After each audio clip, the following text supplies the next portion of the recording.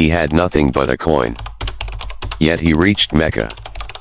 A spiritual redemption tale. If you've ever felt exhausted by life's injustice, if you've ever sacrificed your dreams just to keep your family warm, then this story is for you. Would you believe a poor auto rickshaw driver, who can barely afford lunch, could one day set foot in the holiest land on earth? If you want to know what miracle unfolded, watch this video until the very end. Amid the blazing midday heat of Delhi, where the honking of traffic drowns out even the calls to prayer, a man races not just against time, but against fate itself.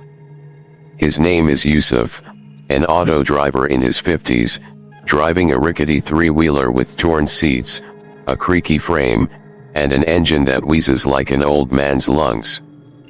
But within him still burns something no hardship could extinguish, the dream to visit Mecca to fulfill the sacred pilgrimage of Hajj.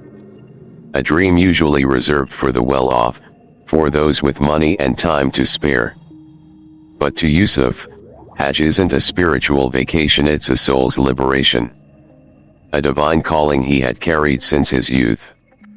Yusuf lives in a narrow alley in Old Delhi, in a tiny two-room house cramped but filled with love. His wife, Zainab, has suffered from chronic heart disease for years. Every breath is a battle, and the cost of her medication is a mountain Yusuf must climb daily. His daughter Aisha, a 12th grader, dreams of becoming a doctor. But how does one preserve such dreams when tuition is an unaffordable luxury? And little Hassan, just 10, still kicks a ball outside, innocent, but his eyes have begun to hide silent worries. In a kitchen corner, under an old cloth, lies a rusty tin box, Yusuf's most valuable possession. Not for its monetary worth, but because it holds his dream. After every ride, no matter how little he earns, he stuffs a few rupees into the box. Every time he opens it, he sees Mecca in his mind. He calls it his Hajj treasure. But life has never played fair. Every time the money nears enough, fate brings another blow. When Zainab has a heart attack, he opens the box. When Aisha faces expulsion over unpaid tuition, he opens the box. When Hassan burns with fever, he opens the box again. And each time he closes it, his lips hold back a bitter smile. Have you ever felt like the universe was against you? Yusuf feels that every day. But what makes him different? He never blames anyone. Not once. He simply says, God sees my dream. If I must sacrifice today, it's because I'll be more deserving tomorrow. That's not consolation, it's a faith that defies reality. It's what keeps people alive through the darkest days. As a writer raised on Buddhist scriptures, I can't help but see Yusuf as a spiritual seeker, not crossing realms by mystical powers, but through compassion. The Buddha once taught, one who lives for others, no matter how poor, is the richest among beings. Yusuf doesn't realize he's on a spiritual path, but every action, every choice he makes, is an act of giving. Not giving money, but giving his dream, so his loved ones can live. So what happens when a man sacrifices everything and still refuses to give up hope? When he's pushed to the edge, will destiny finally bend, or break him further? Under the scorching June sun, Yusuf's old auto still rolls through the dusty streets of Delhi. Not because he wants to, but because he must. There's no room for choice in a life defined by sacrifice. He keeps driving, keeps smiling at passengers even when hunger gnaws at him. In his mind, one sound never fades, the call of Mecca. But that afternoon, while resting under a roadside tree, an old friend, Rashid, approaches with 2 cups of hot chai. Rashid is one of the few who never laughs at Yusuf's dream. He sets down a cup and says, Yusuf, when will you finally rest? You think you'll save enough for Hajj driving this auto forever? Yusuf sips his tea and gazes across the road as if Mecca were right there. He doesn't reply at first. Only when the tea cools on his tongue does he speak, slowly. You know, I don't expect to ever save enough. But I need hope to live. Without the dream I have nothing. Rashid falls silent. He knows that dream has been crushed over and over. Like the night before, when Aisha received her final tuition warning. She stayed silent during dinner, until Yusuf gently asked. Tears welled up as she said, "If we don't pay this week, they'll cancel my enrollment." Yusuf said nothing. He went into his room, opened the tin box, and stared at the meager sum saved over months. Crumpled bills and coins lay like silent martyrs, waiting to be sacrificed again. That night, Zainab saw him sitting by the bed for hours, his hand resting on the box like it held his heart. She said nothing, quietly mending Aisha's old school shirt under dim light. The next morning, Yusuf handed the entire amount to the school. No glory, no applause. Just a father choosing his child over his own lifelong dream. When he returned, he smiled at Zainab and said, "She'll continue her studies." Zainab saw his red eyes and knew, once again, he had killed a piece of his dream. But she didn't cry. She held his hand and said softly, "I'll sew some clothes to sell. Don't give up." Yusuf nodded gently. But inside, he was growing weary. He still saved every rupee, but even his breaths grew heavier. Then one night Zainab collapsed from a severe heart attack. Hassan watched in shock as Aisha screamed for Yusuf. He rushed in, lifted his wife like fragile glass, and carried her to the hospital. The doctor said emergency surgery was needed, costing tens of thousands of rupees. Yusuf stood frozen. Where would he find that kind of money? Once again, he knocked on every door, friends, neighbors, even Rashid. But no one could help. He returned home, opened the tin box, only small change remained. Without hesitation, he gave it all to the hospital. The surgery succeeded. Zainab survived. But the cost was another fracture in Yusuf's heart. That night, he sat alone in a mosque, surrounded by silence. He whispered, not in blame, just one small question. "How much longer do you want to test me?" No answer came. But deep inside, he heard a whisper of his own. "If you're silent, perhaps it means you're listening." And so, the next day, Yusuf rose early, cleaned his auto, and continued the journey not toward Mecca, but toward a day when he would be strong enough to stand beneath Mecca's skies and whisper, "I came here not with wealth, but with love and tears." If you think this is the end of his sacrifices, think again. Because in the next part, Yusuf will face an even greater trial when his very last hope, the auto, breaks down. And just when it seems all is lost, a stranger steps in, carrying a light Yusuf never expected. A few days later, an elderly man flagged down Yusuf's auto near the old Delhi market. He was simply dressed, but there was a depth in his demeanor, something wise.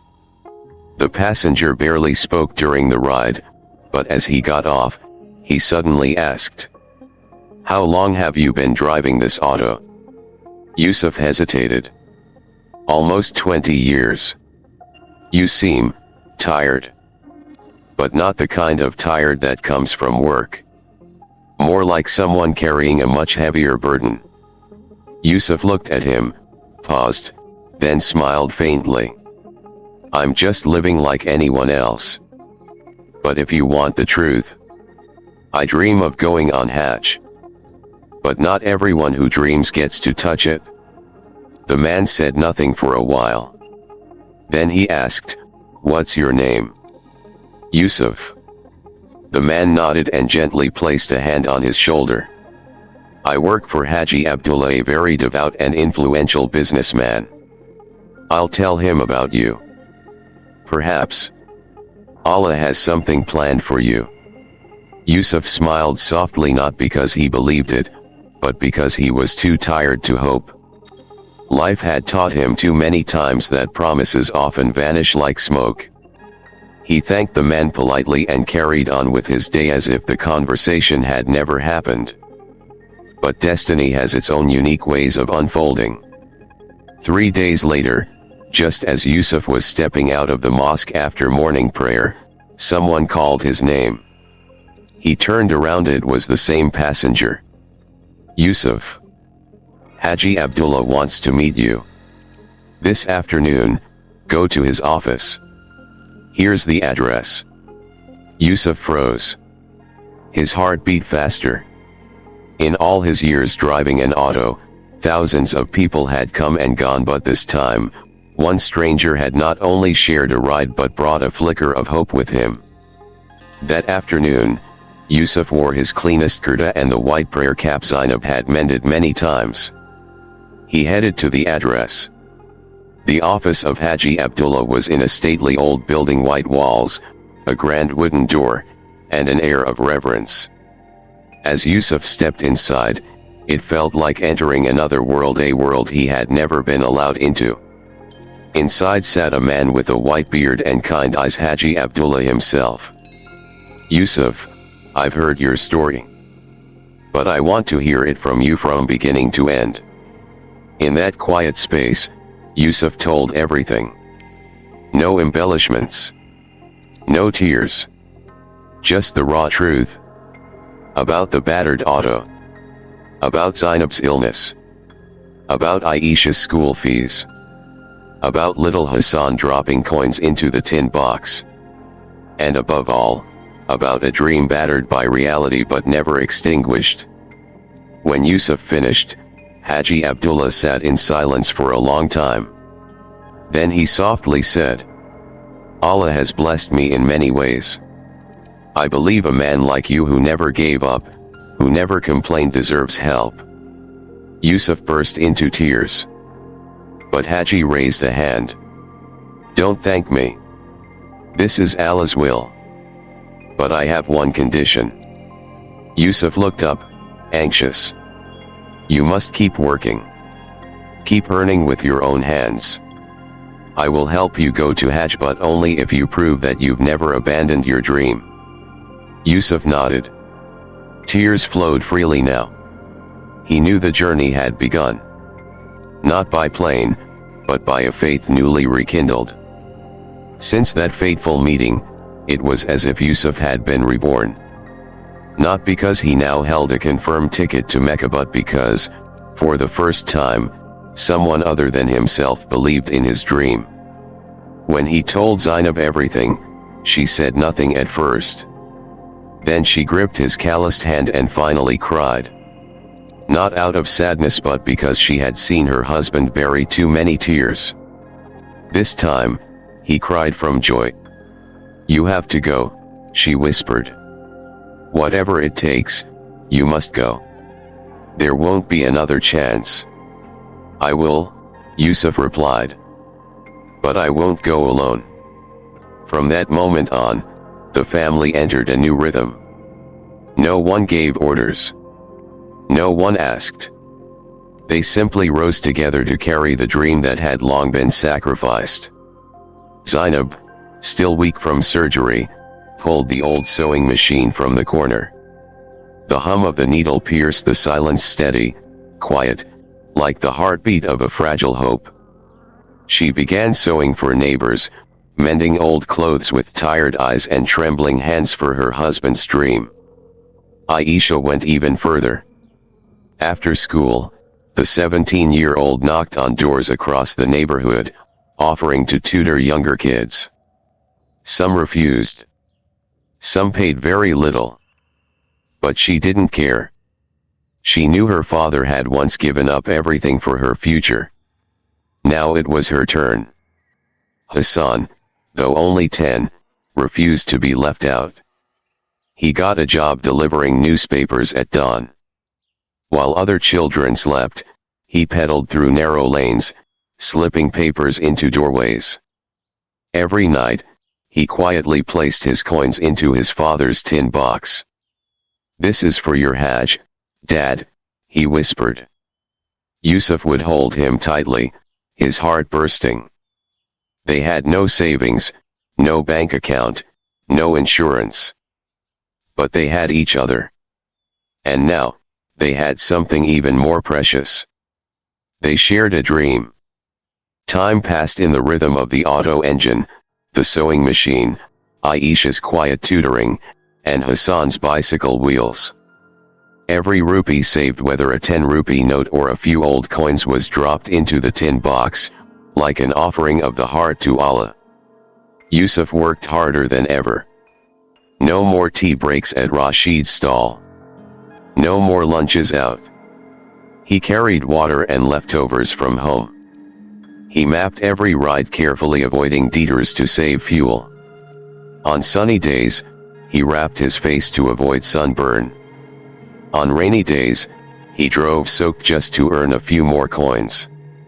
No one forced him. No one demanded this. But he knew, every moment was a battle between faith and reality. One afternoon, Rashid called him over for tea.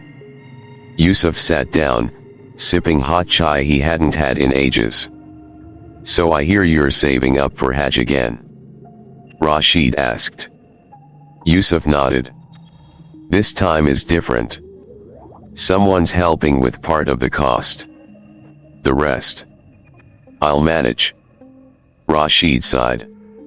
"I'm happy for you. But I worry. You know how expensive it's gotten: flights, visas, living costs. It adds up to hundreds of thousands of rupees." Yusuf fell silent. His heart tightened a bit. He knew. But fear no longer stopped him. "I know," he said. "But I can't turn back now. If Allah let me dream for 20 years. He didn't bring me this far to abandon me." Everything seemed to be falling into place. The family united. Faith renewed. But life has its own way of testing those bold enough to dream. And Yusuf, a small man with a mighty heart, was about to face the most painful trial of all. There are days so calm they feel eerie, so peaceful they make the scarred heart tremble. Because those who've known deep suffering can sense when a storm is coming. That night, the storm came. Yusuf had just finished a long ride to the outskirts. Darkness had fallen. The wind howled along deserted roads. Taking his usual shortcut near an old factory to save fuel, he turned a sharp corner. And 3 men suddenly blocked the path. Before he could react, one punched him in the face fast, hard, almost knocking him out of the seat. "Give us all your money," one snarled, holding a rusted knife. Yusuf pleaded, "I'm just a poor driver. I have nothing worth taking." "We know you've been working a lot. You've got cash, don't play games," they growled, dragging him out. They rummaged through his pockets, pulling out the week's savings, the money meant for the Hajj application. Yusuf cried out, trying to grab it back. "That's for Hajj. That's my dream, please don't dash." A brutal kick cut him off. Then another. And then a flurry of blows.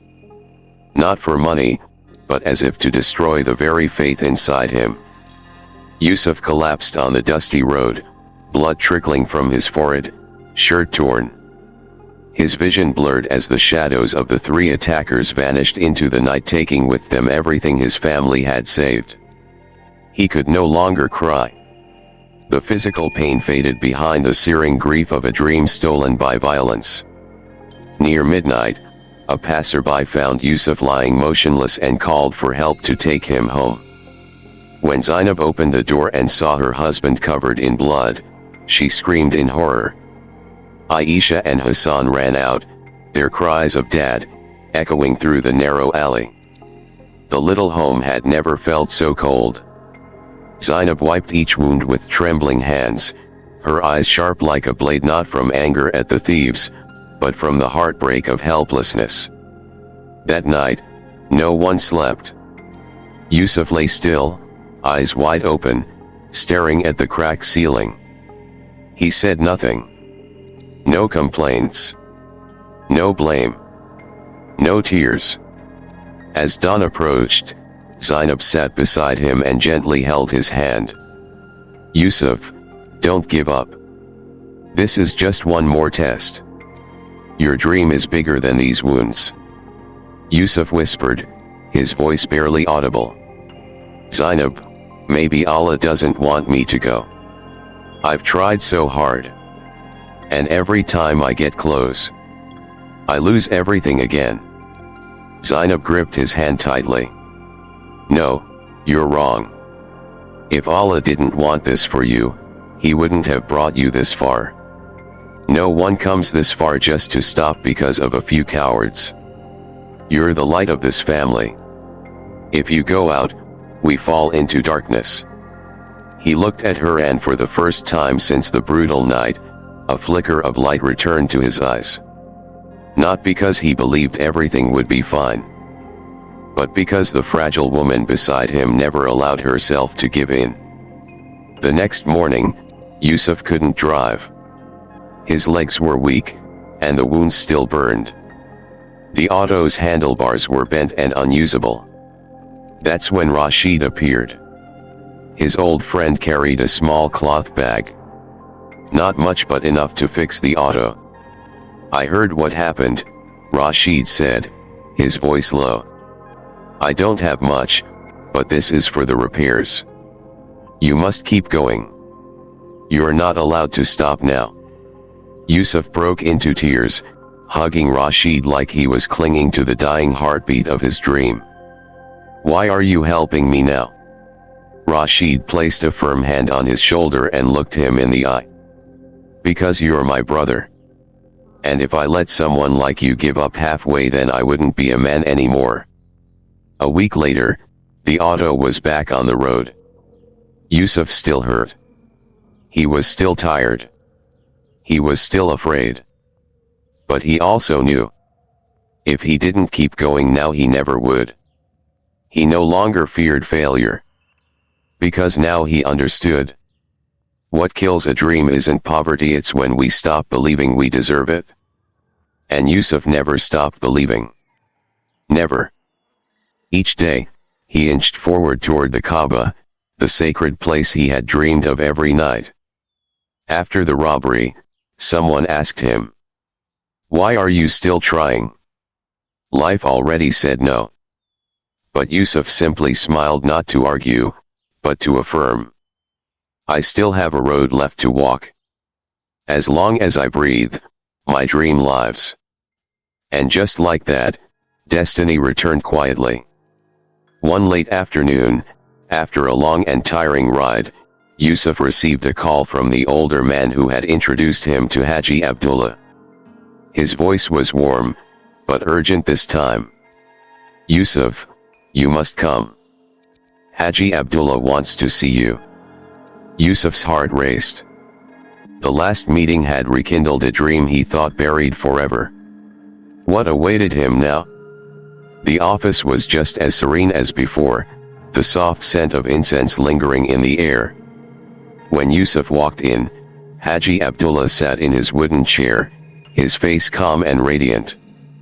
"Yusuf," he said sincerely, "everything is ready. All your paperwork is done." Yusuf stood frozen. For a moment, he couldn't hear anything. His ears rang, as if the only sound in the world was the beating of his heart. Then Haji handed him a folder. Visa, documents, and almost all expenses had been covered. "You'll go next month," Haji said gently. "But there's one final payment." "How much have you saved?" Yusuf quietly opened a cloth bag. Inside was the modest amount he, Zainab, Aisha, and Hassan had managed to save over the months just over 1,000 rupees. A small number, yes. But to Yusuf, it meant more than any figure. It was sweat, tears, pain, hope, each rupee a fragment of his family's soul. He didn't lift his head. He simply said, "This is all I have." Haji Abdullah was silent for a few seconds. Then he smiled a smile full of light. "You've done your part, Yusuf. I'll take care of the rest." Yusuf couldn't believe his ears. "But, why? I'm not worthy." "No one is more worthy than you," Haji replied. "I've seen hundreds come asking to go on Hajj, but only a few truly understand what it means. To you, Hajj is not just a ritual, it's the redemption of quiet sacrifices. A way to thank the pain you've held in your heart for so long." Yusuf broke down, unable to hold back his tears. He held Haji's hand not to ask for more, but to say thank you. Not in words, but with the full sincerity of his soul. That day, Yusuf came home with a face glowing like a full moon. As soon as he crossed the threshold, he shouted, "Zainab! Aisha!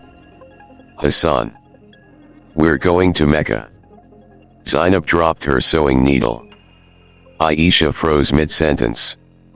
Hassan jumped into the air like he could fly. They hugged each other, crying so hard they couldn't speak. Through her tears, Zainab whispered, "You did it?" "No, we did it." Aisha pulled out the old tin box, and from Hassan's pocket, she retrieved a tiny coin, the one he always slipped in quietly. "Put it in, Dad," Hassan said, his eyes shining. "The last coin for your journey." Yusuf took the coin, his hand trembling. He placed it in the box, like placing a lifelong vow. "No matter how life tests me, I will never give up."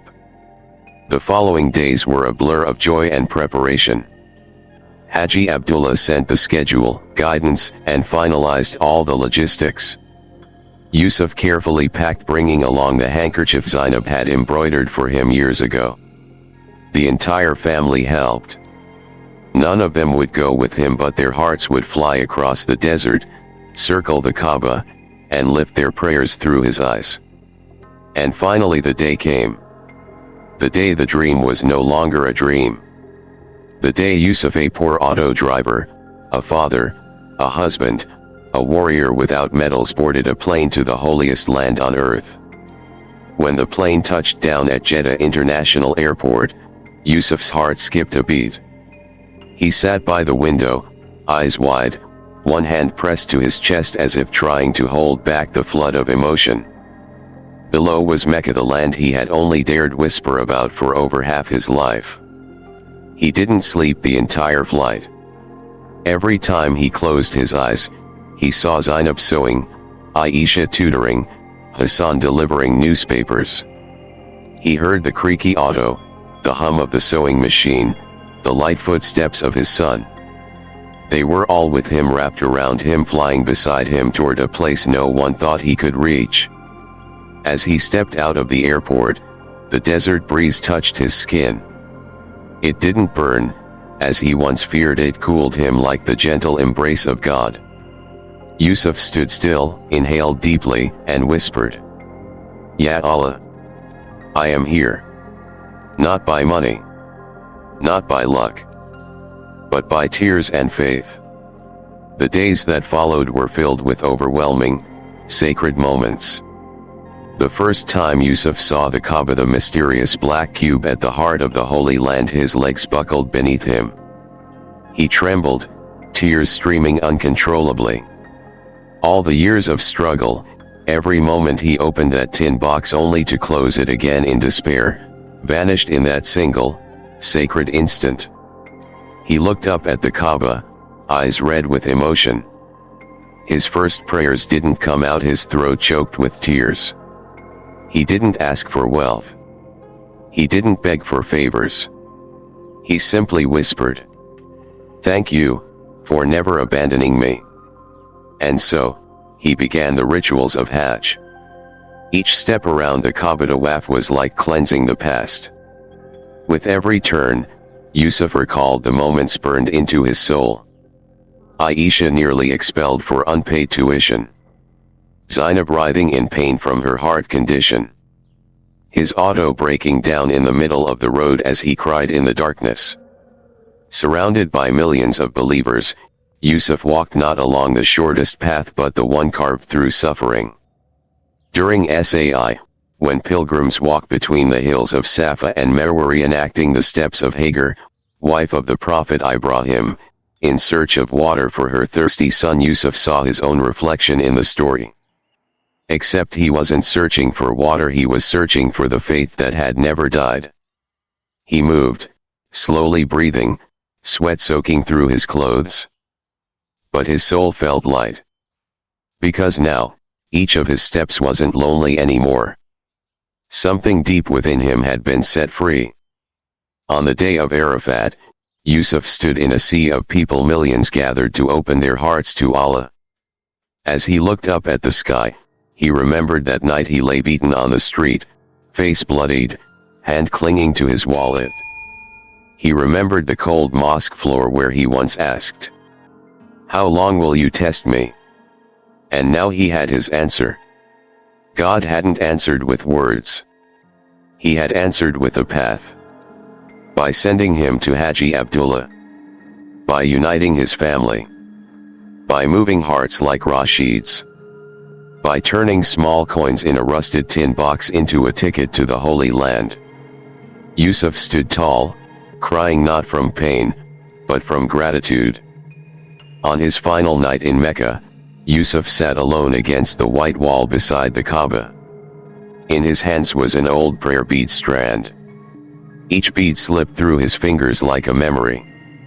He prayed not long, not fancy. He prayed for Zainab to live longer. For Aisha to become the doctor she had always dreamed of. For Hassan to hold on to kindness, no matter how cruel the world became. For Rashid, the friend who pulled him back from the edge. For all those like him, the poor, the dreamers, the ones laughed at that they might still hold on to light. Finally, he whispered, "Ya Allah, if this is the last time I see this sacred house, please remember, I came not to ask for anything, but to thank you for never leaving my side." At Delhi airport, the morning was misty like smoke, but the hearts of one small family were burning brighter than ever. Yusuf stepped through customs thinner, older, but one thing had changed completely, his eyes. They were no longer the eyes of a tired man, but the eyes of someone who had seen the sacred and survived to tell the tale. Zainab ran to embrace him, saying nothing, just burying her face into his shoulder. Her silent tears soaked through his shirt, whispering, "You came home." Aisha couldn't stop crying. She held her father's hand tightly and sobbed, "Abba, you did it?" Hassan was different. He didn't cry. He held out the old tin box still intact and smiled. "Abba, I kept it safe for you. You still have to put more coins in, remember." Yusuf knelt, hugging his son, heart melting. The box that once held his dreams, now stood for love and hope. It was no longer a box for money but a vessel of faith, perseverance, and a family's promise. Back in their little home, everything looked the same, peeling paint, cracked tiles, noisy alley. But Yusuf knew space doesn't need to change, as long as the people inside it have. He brought home a small bottle of holy water from Mecca, offering each family member a few precious sips. Not out of superstition but because in those drops were all the divine grace that had lifted him through the impossible.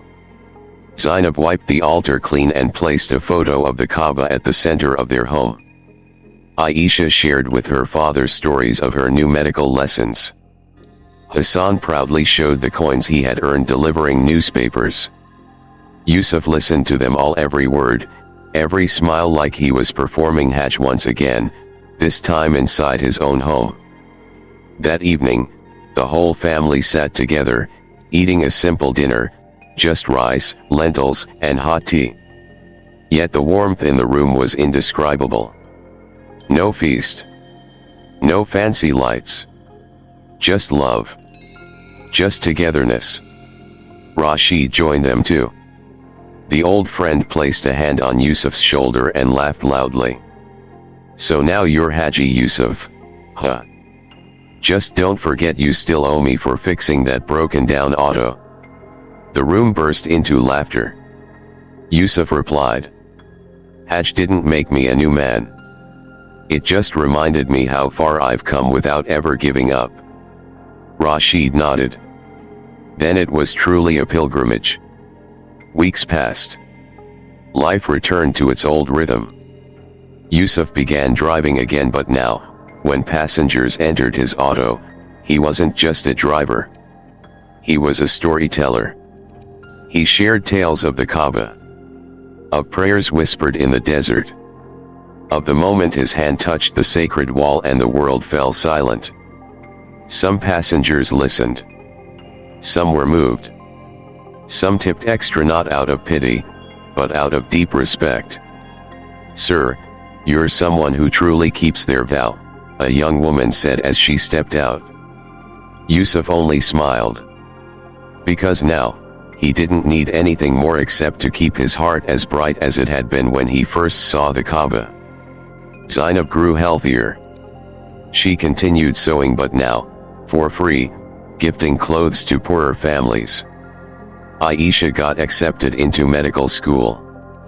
The day she found out, she wept, not out of fear, but remembering how her father once gave up everything so she could keep studying. And Hassan, the boy who once dropped coins into a box, grew up telling his friends the story of his father, who spent a lifetime chasing a dream no one thought was possible. Yusuf's story didn't end in Mecca. It spread through every passenger he drove, every child Aisha tutored, every shirt Zainab stitched, every friend Hassan made.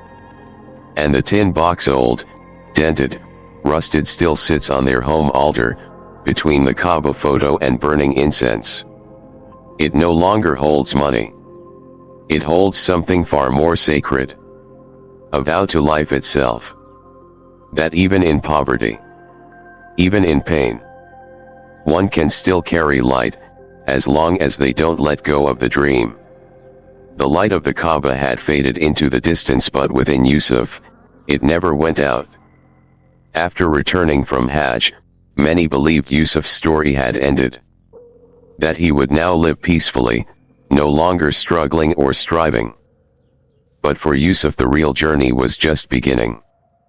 Because the light he brought back from Mecca was not for him alone. It was a lantern. And he knew, when someone is blessed enough to light that lantern, it becomes their duty to guide others. Each morning, while the city still slept beneath a veil of dusty fog, Yusuf would carefully clean his old auto. It was the same battered vehicle that once nearly gave out, but now, it seemed to possess a new soul. People began to call it Haji Yusuf's auto. And strangely, passengers began seeking him out, not just for a ride but for his stories. In that rattling three-wheeler, hundreds heard him recount his journey with bright eyes and a calm, steady voice like prayer. Some were poor students, confused about their future. Some were single mothers, unsure how to keep their children in school. Some were middle-aged men, recently fired, lost in despair. Yusuf never preached. He never gave lectures.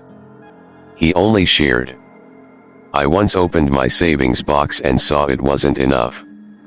I took the money out to care for my wife. I once drove all night, hungry and wet, hoping for a few rupees to add to the box. I've been robbed, beaten, and thought God had abandoned me. But I never let go of the dream. And eventually, I touched it. One day, a young man sat silently in the back of his auto for a long ride. When they arrived, he didn't get out right away. Instead, he asked, "Uncle Yusuf, if I have a big dream too, but my situation is even worse than yours once was, should I still try?" Yusuf didn't answer immediately. He looked at the boy for a long time, then reached into his shirt pocket and pulled out an old coin. He placed it in the young man's hand and said, "Start with this. Not because it's worth anything but because it's your first act of belief.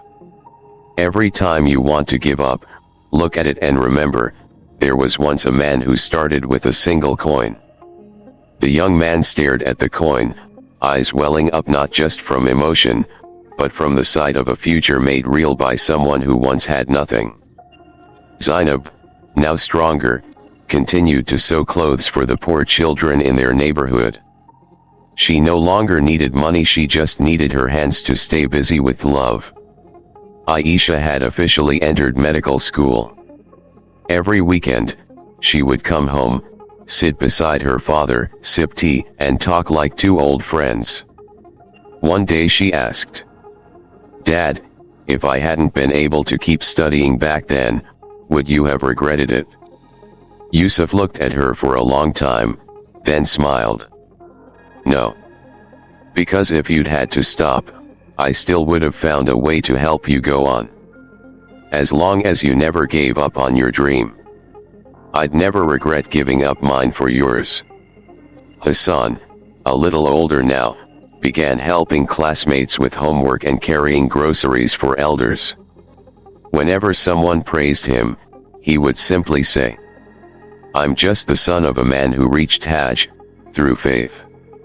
The tin box, a silent witness to all their sacrifices, tears, and hope, still sat in the little house. But now, it was no longer for saving money for Hajj. Yusuf and Zainab placed a note on it. "Treasure for those who carry a dream." Anyone struggling could take a little from the box, no questions asked. All they had to do was promise, "I won't give up on my dream." One day, Rashid visited and stared at the box for a while before laughing aloud. "You came back from Hajj, and instead of building a big house or buying a new auto, you opened this box to help others. You're crazy." Yusuf poured him tea and replied quietly, "If everyone used their fulfilled dreams to grow richer, who would plant hope for the ones still poor?" Rashid said nothing more. He simply nodded and placed a 100 rupee note into the box. Yusuf never needed fame. But his story began to spread. Some wrote about it online. Some visited just to hear him speak. Some began calling him the father of small dreams. Whenever someone thanked him, he would smile and say, "Don't thank me. Thank yourself for daring to dream." Yusuf's story wasn't just about a journey to Mecca. It was a return to the heart of humanity, where love, faith, and persistence overcame poverty and pain. And when that light within him was shared, it didn't fade. It grew brighter. Time flowed like sand through fingers. The scars on Yusuf's hands faded with age, but the light in his eyes remained as bright as the day he first laid eyes on the Kaaba. The dream had come true. The prayer had been fulfilled. Yet strangely, his heart had never felt more at peace. People often think that once a dream is realized, life feels empty. But for Yusuf, the miracle truly began after he returned. Because he learned something profound in the Holy Land. Dreams are not just meant to be fulfilled, they are meant to be shared. Faith is not just for holding, it's for passing on. Once a week, Yusuf would sit at a familiar street corner where young auto drivers gathered. They called him Haji not out of formality, but because they saw in him something rare, a flame that never died. Yusuf didn't preach. He listened. And when one of the young men said, "I'm tired, uncle. No matter how hard I work, It's never enough. Yusuf didn't respond right away. He simply reached into his pocket and handed over a small note. On it, written by hand, were the words, "Don't let go. Not because you're strong, but because someone out there needs you to grow strong." The old tin box had now become a symbol. It no longer sat on the altar. It sat in the center of the living room, visible to all who entered. The family called it the Box of Faith. Inside, people placed more than money. They placed handwritten dreams, promises, and declarations of courage. Some notes read, "I will retake the college entrance exam this year. I will reopen my tea stall after bankruptcy. I will not abandon what I love just because I'm poor." At the end of every month, the Yusuf family would open the box and read the dreams aloud in a small prayer circle. No cameras. No social media. Just a quiet plea. "Ya Allah, help these people rise just as you once helped me." Aisha had now become a full-fledged medical student. One gentle sunny day, she held her father's hand at the hospital and said, "Dad, I'm studying to heal bodies. But I want to heal hearts too, just like you did for our family." Yusuf looked at her and felt that part of his soul now lived on inside her. And in that moment, he knew. Even if his body one day vanished, his light would keep burning. Hassan began writing stories. He said he wanted to tell his father's story, but from the eyes of a child who had witnessed a dream rise from ashes to paradise. "People think my dad is a driver," Hassan wrote in a short story. "But I think he's a road builder for those who don't know where to begin." One day, a documentary filmmaker visited Yusuf, asking if they could tell his story. They asked, "Do you regret anything, after all you've been through?" Yusuf smiled a peaceful smile, like an afternoon without wind. "No. Because every time I almost gave up, Allah sent someone, my wife, my children, a friend, a stranger. Each one was a hand that pulled me back from the edge. If I regret anything, it's only that I haven't helped enough people the way I was helped." Yusuf's story didn't end with applause, stage lights, or a grand title. It ended on an ordinary afternoon, as he sat parked on the roadside, sharing a loaf of bread with a young shoeshine boy. They didn't say much, just quietly chewed each bite, like two old friends who had survived a war. "Uncle, have you ever wished for anything?" the boy asked. Yusuf thought for a moment. Then he answered, "Yes. And now? I wish that you will wish for something big. Because big dreams will keep you from collapsing when life feels too small." The real ending to Yusuf's story wasn't when he stepped foot in Mecca. It was when he became a small Mecca in the hearts of others. A place people turned to when they were tired, to be heard, to be relit, and to remember that in this world, there are still those who, though poor, touched the impossible. With nothing but faith, love, and a rusty tin box. Thank you for staying with us through the very end of this story. If you are carrying a dream that feels impossible, remember this. There was once a man who started with a single coin, and ended in light. Don't stop. Don't let go. Please share this story with someone who may need a small flame in their darkness. The Kṣitigarbha Tales channel will always be here to tell the stories the world has almost forgotten.